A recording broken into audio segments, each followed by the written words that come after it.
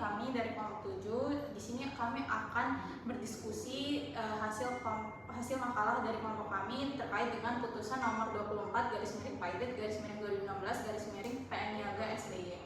Nah, yang pertama ada identitas dari dan kedudukan para pihak dari putusan ini, di mana pemohonnya itu adalah PT Visi Maju Bersama yang memiliki kedudukan yang sah sebagai kreditor berdasarkan perjanjian utang-utang atau utang piutang yang telah dibuktikan di muka persidangan. Dan termohonnya adalah PT Karya Abadi Nusantara sebagai perseroan terbatas yang merupakan subjek hukum mandiri yang dapat menjadi debitor PAID sesuai pasal 1 angka 3 Undang-Undang Nomor 37 Tahun 2004. Dan kedua belah pihak ini memiliki kapasitas hukum yang lengkap untuk menjadi pihak dalam perkara kepaiditan ini. Nah, selanjutnya ada pemenuhan syarat terkait permohonan PAID nih.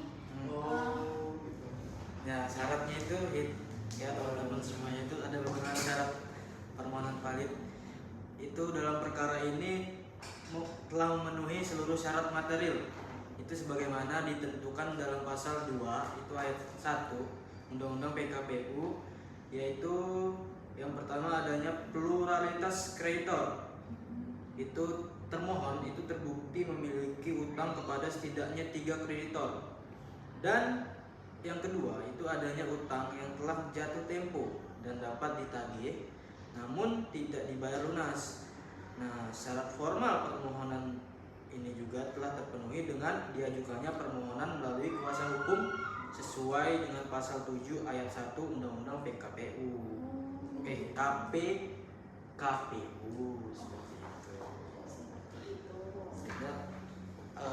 Masih bingung sih gua putusan dan pertimbangan hukum majelis hakim itu gimana? Ada yang bisa jelasin nggak? Bisa nih gua. Jadi gini nih, tadi kata Nanda itu, dia kan belum tahu nih putusan dan pertimbangan hukum majelis hakim. Iya, betul. Jadi gua mau ngejelasin nih. Majelis Hakim Pengadilan Niaga Surabaya ini telah mengabulkan permohonan PAID dengan pertimbangan yang didasarkan pada pasal 8 ayat 4 Undang-Undang PKPU tentang pembuktian secara sederhana. Jadi pertimbangan hakim telah mempertimbangkan seluruh fakta persidangan, bukti-bukti yang diajukan serta membantah keberatan termohon dan didukung bukti-bukti memadai. Putusan ini mencerminkan penerapan prinsip PAID yang sangat konsisten dengan UU PKPU gitu. Ini penjelasannya. Ini cukup panjang, bisa dipahami oleh teman-teman sekalian gitu. Selanjutnya itu yang penunjukan kurator dan hakim pengawas itu gimana sih? Nah, jadi penunjukan hakim pengawas dan pengangkatan kurator itu dalam putusan ini tuh telah memenuhi persyaratan yang diatur dalam pasal 15 dan pasal 70 Undang-Undang KPKPU. Nah, kurator yang diangkat itu harus memenuhi syarat independensi, keahlian, dan tidak adanya benturan kepentingan. Nah, mekanisme check and balance antara kurator dan hakim pengawas tuh dalam mengelola harta PAID udah diatur secara komprehensif dalam Undang-Undang KPKPU untuk melindungi kepentingan semua pihak gitu. Cukup bagus tuh ya. Terus, nah setelah itu yang jelasin tadi pasti ada akibatnya kan? Ada yang bisa jelasin nggak sih akibat hukumnya? Nah, kalau untuk akibat hukum bagi debitur PAID itu, putusan PAID-nya itu membawa akibat hukum yang komprehensif bagi termohon itu seperti kayak hilangnya kewenangan mengurus harta PAID, berlakunya sita umum atas seluruh aset, pembatasan operasional perusahaan, penangguhan hak eksekusi kreditor separatis selama 90 hari, serta kemungkinan perdamaian. Seluruh akibat hukum ini berlaku demi hukum sejak tanggal putusan diucapkan berdasarkan pasal 21 dan pasal 24 UU KPKPU.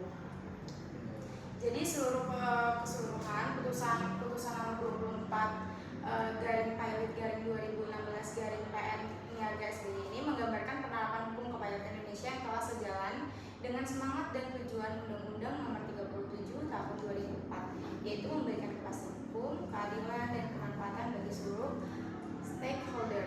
Dalam proses kepaiditan, putusan ini juga menjadi cerminan bahwa Pengadilan Niaga Indonesia telah menjalankan fungsinya secara profesional dalam memeriksa dan memutuskan perkara kepaiditan secara cepat, tepat, adil, dan berbiaya ringan sesuai asas-asas peradilan yang baik. Oke, penjelasannya. Sekian dari Waalaikumsalam. Assalamualaikum. Perkenalkan, nama saya Muhammad Rayati Bisono dengan MPM 235201136. Perkenalkan, nama saya Rizna Mareni dengan NPM 2312011205. Perkenalkan, nama saya Khalid Nanda Saputra, NPM 2312111399. Saya Bunda Milayani 2312011040. Saya Zahra Putri Sofuan dengan NPM 2312011212. Kami dari kelompok 7 pamit undur diri. Assalamualaikum warahmatullahi wabarakatuh. Waalaikumsalam.